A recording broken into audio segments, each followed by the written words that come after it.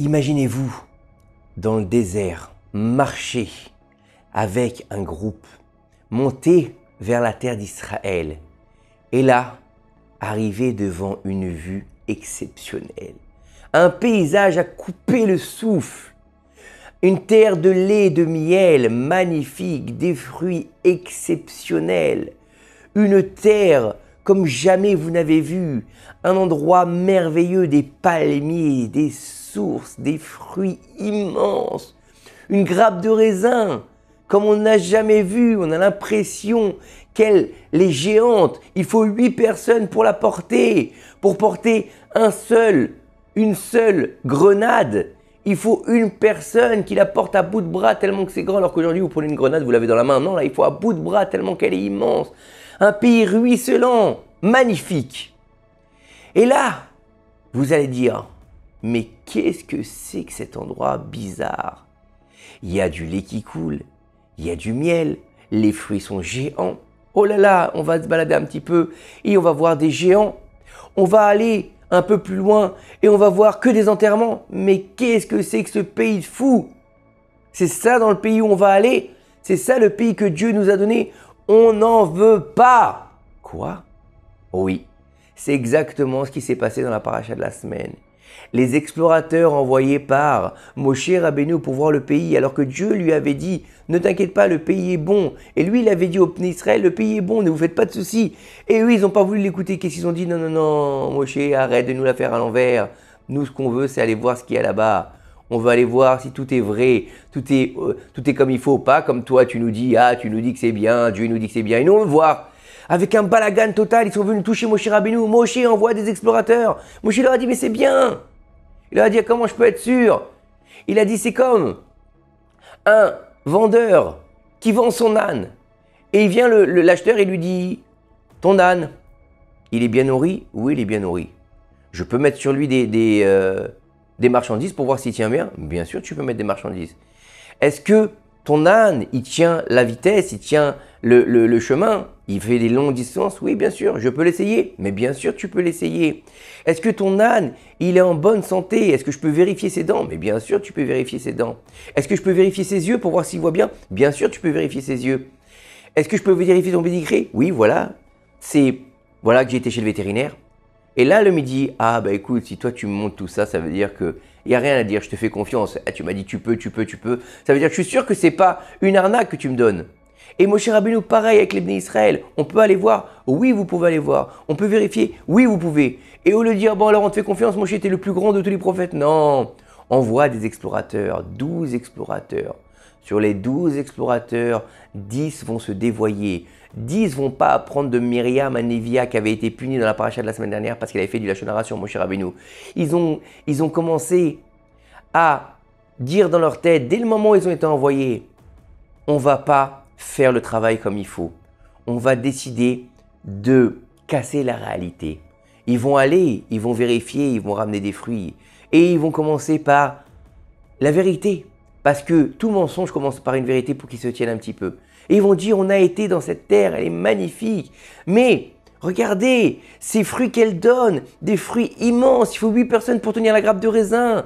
Là-bas, on a vu des géants, on a eu peur. Le peuple, il est mangé par la terre. Et là-bas, on s'est caché dans une écorce de mandarine, comme c'était comme une grotte pour nous. On n'a aucune chance de rentrer dans ce pays. Efes, ils ont dit rien, walou, nada, même si Dieu ait fait ce qu'il faut, on ne rentrera jamais là-bas. Et là sonne le glas du peuple d'Israël.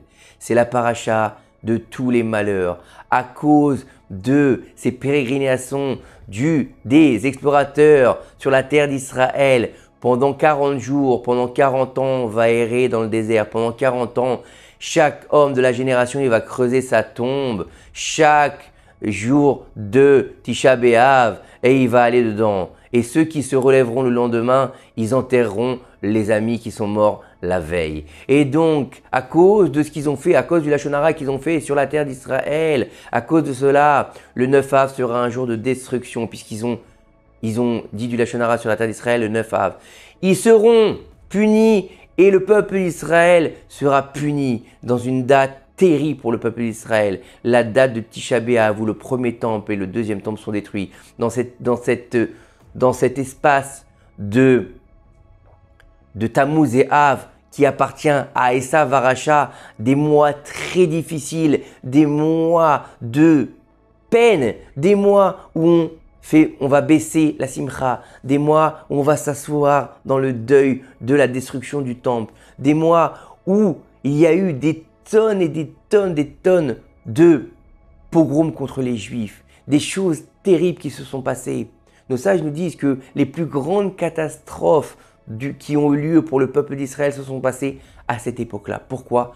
À cause d'hommes qui ont fait du Lachon Hara sur la terre d'Israël. Et pourquoi c'est si grave? Pourquoi ils ont dit que des mauvaises paroles sur la terre? Parce que les yeux d'Hachem sont sur elle du début de l'année jusqu'à la fin de l'année. Jamais ils quittent la terre d'Israël. C'est son joyau, la terre d'Israël. Tu ne peux pas cracher sur le royaume du roi sans que le roi ne dise rien. Comment tu peux te permettre de dire le palais du roi il est moche, le palais du roi il est sale, le palais du roi il y a des géants, il y a des fous là-bas. Qu'est-ce qu'on va faire? Jamais on pourra y rentrer. Le roi il te dit comme ça tu salis ma maison. Comme ça tu salis Eretz Israël. Eretz Israël, la terre sainte, cet endroit de par lequel le monde a été créé, toi tu l'as sali, toi tu te permets d'ouvrir ta bouche. Eh bien tu sais quoi? Par ta bouche tu seras puni. Les 10 explorateurs, parce que 2 ne feront pas de Lachon Hara, Yoshua, Binoun et Kalev Ben Yefouné prendront la défense d'Eretz Israël. Ceux-là, ils seront bénis et ils rentreront en Israël. Les 10 autres mourront d'une mort atroce. Leur langue va sortir de leur bouche, va s'allonger jusqu'à leur nombril et de leur nombril va sortir un ver qui va la manger et ils mourront sur place. Pourquoi? Parce que leur langue a proféré de la médisance sur la terre d'Israël. On ne médit pas sur la terre d'Israël. C'est pour ça qu'il ne faut jamais dire de médisance. Quand on vient en Israël, ah, t'as vu la terre comment elle est, ah, t'as vu comme ci, ah, t'as vu comme ça, tais-toi. Tais-toi ou ne viens pas. Tais-toi. Mais ne dis pas la terre. Tu ne peux pas t'entendre avec tout le monde parce que tu ne comprends pas la mentalité des Israéliens, tu n'apprécies pas la langue, tu ne comprends pas, c'est un peu trop speed pour toi, ok. Mais ne crache pas sur la terre d'Eretz Israël. Ne crache pas sur cet endroit parce que sinon la terre, elle va te vomir. Comme ça, ils disent nos sages. Comme elle a vomi les peuplades qui étaient là parce qu'ils ne se sont pas comportés correctement, elle te vomira si tu ne te comportes pas correctement. Donc de comprendre que la terre d'Israël, elle est très importante pour le peuple d'Israël, car aux yeux d'Hachem, c'est son joyau. Car lorsque Akadosh Baruch Hu, il va créer le monde Bereshit bara Elohim, il va faire 5 réchites. Un de ces 5 réchites, c'est la terre d'Israël. C'est quoi? Un des prémices de la création du monde, c'est la terre d'Israël. Parce que pour qu'il y ait un royaume, il faut qu'il y ait une terre. Et pour qu'il y ait une terre, il faut qu'il y ait un peuple. Et pour qu'il y ait un peuple, il faut qu'il y ait une Torah. Et pour qu'il y ait une Torah, il faut qu'il y ait un Moshe Rabbeinu. Et pour qu'il y ait un Moshe Rabbeinu, il faut qu'il y ait la crainte du ciel. Et donc pour avoir la crainte du ciel, il faut savoir que tout est entre les mains de l'homme, sauf la crainte du ciel. Tu dois avoir la crainte du ciel, tu dois respecter Akadosh Baruch Hu, tu dois respecter sa terre, tu dois respecter ses endroits, tu dois respecter la sainteté de la terre, tu dois respecter Eretz Israël. C'est pas en mettant un drapeau sur son dos et en mangeant des merguez à Yom Ha'atzmaut qu'on respecte la terre d'Israël. C'est en se comportant comme un juif sur la terre d'Eretz Israël, sur la terre de nos ancêtres, sur la terre que Dieu il a dit à Abraham, Lech lecha allez, va là-bas, c'est là-bas que je vais te donner. Kenaan, la terre qui sera comme un Ani, mais qui va se transformer en Israël, Yachar El, la terre qui portera l'essence même du peuple d'Israël, puisque le peuple il s'appelle comme la terre. Ça veut dire qu'on est intimement lié à cette terre. Donc ça veut dire qu'on est en mesure de devoir être sur cette terre. Et c'est le but de la sortie d'Égypte. Il nous a sortis d'Égypte pour nous donner la Torah et pour qu'on rentre sur cette terre. C'était ça la finalité, c'est pas de recevoir la Torah. La finalité, c'était de rentrer sur cette terre et de venir vivre en Eretz Israël pour établir un royaume de Kohanim et une nation sainte. Donc ça veut dire que la terre d'Eretz Israël, si elle est intimement liée au peuple d'Israël, on se doit de la respecter. On se doit d'être sur terre et on se doit d'éviter ce qu'ont fait les explorateurs en disant de la médisance sur la terre d'Eretz Israël, en comprenant que aujourd'hui, le plus important pour le peuple d'Israël, c'est de revenir sur sa terre, de continuer et de finir le kibbutz galuyot, car c'est ce qui amènera le Mashiach. Le kibbutz galuyot, c'est quoi? C'est de revenir sur sa terre. Comme on le voit aujourd'hui, on n'est plus en sécurité nulle part.